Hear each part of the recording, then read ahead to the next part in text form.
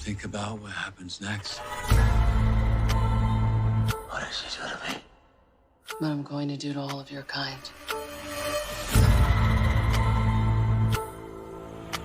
What are they doing? Deciding our fate.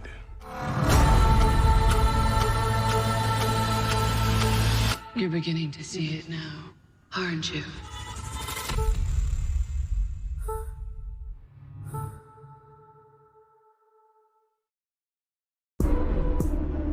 We're super fans. That's the great thing about it, though, isn't it? It's beautiful. That we get to be in it and also obsess over it. Yeah. Obsess. Yeah, we're crazy Obsess. fans. We still don't know what's going to happen in the end of this season.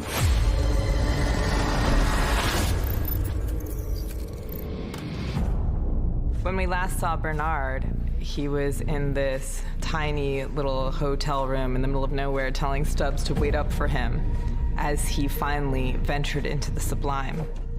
We've always made a choice that when we went to the Sublime, we would change the language, the film language. It just felt right to be in a different format. Oftentimes when you start a show with the anamorphic aspect ratio, you may not necessarily conscious of it until you start seeing the letterboxing occurring, and it's also a nice subconscious realization for the viewer that they weren't present in our real world. Bernard is kind of living a quantum existence when he comes back from the realm. They're just possibilities bounding on top of possibility, and he's winding his way through all of that. We're trying to continue on what was established in season 3, obviously. But there's an idea that some things have come back. So there's a little bit of this Road Warrior vibe that's kind of showing up. Jeffrey Wright and Luke Hemsworth, the two of them together, is like a riot, because they're kind of just like yin and yang, and they're both so sarcastic and funny and keep it light, but so talented. So your time in robot heaven didn't make you any less elliptical. You need those moments of levity. You need to have a break from the weight and the subject matter of the show, I think, sometimes, because it gets dark and it gets heavy. I think all good drama is funny in parts. And Bernard and Stubbs have had a kind of ironic relationship from the very beginning of our series, because they are both hosts, yes, but on opposite ends of the spectrum of host character. So it's good fun. So loitering in the parking lot of some shitty diner is key to saving the world now. I still can't believe I'm here. And you really are here now. Yeah. Finally, it's taken 7 years to get this one here. And here we are. And this is a big trip down memory lane for me. Super nostalgia to be back on this drag, but instead of whenever the hell we were doing it before, now it's the 1920s. Yeah. And instead of the, well, it's technically really the Mariposa still. But Spanish for butterfly. Butterfly Club. Yeah. Inside the Butterfly Club, we did decorative screens that have a slight deco Japanese vibe.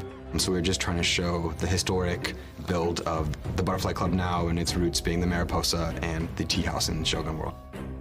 The background was all dressed pretty traditionally 1920s. Of course, we get to play with it a little because it's a theme park that people pay to go to and have this experience. So it's not dead on 1920s, but a lot of characters. That's what was a lot of fun to do. The drunk laying in the street or the prostitutes, the barmaids, all of that. It was really a lot of fun to do all these different characters. And then in addition to that, we also had our knockoff characters. Do not pick that up. We have similar storylines running that ran from season 1 with Sweetwater. The creators of the show wanted to have them as cheap knockoffs of what we came to know and love from season 1. So we had a knockoff Hector, and we had a knocked off Maeve. We had knocked off Armistice. Armistice, she had a tattoo that was going up her face, so we sort of took that tattoo and did an Art Deco version of that tattoo. We worked a lot with the colors that we often see on people. Like with Maeve, her kind of a burgundy color that she always wore in the Old West. She's also wearing it now for Temperance.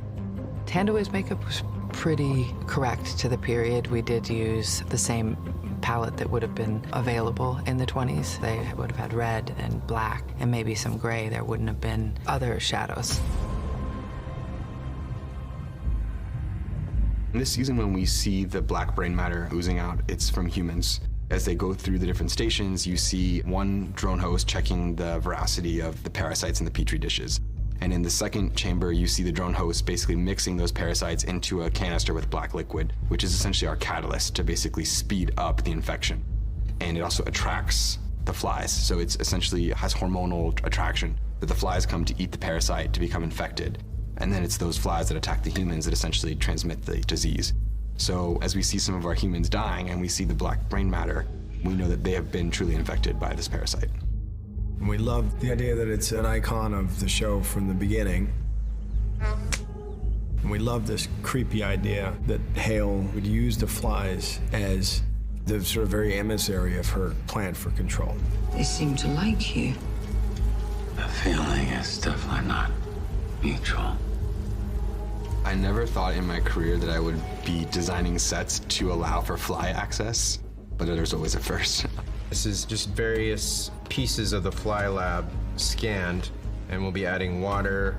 It gives us geometry and information that we need to use.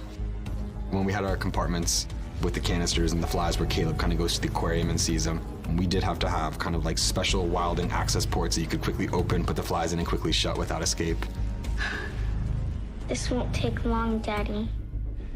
As far as Frankie's face opening up this season, I've always thought that that's one of the, Westworld really cool effects. And in every season, it becomes more of a, how do we make it better and how do we make it look better?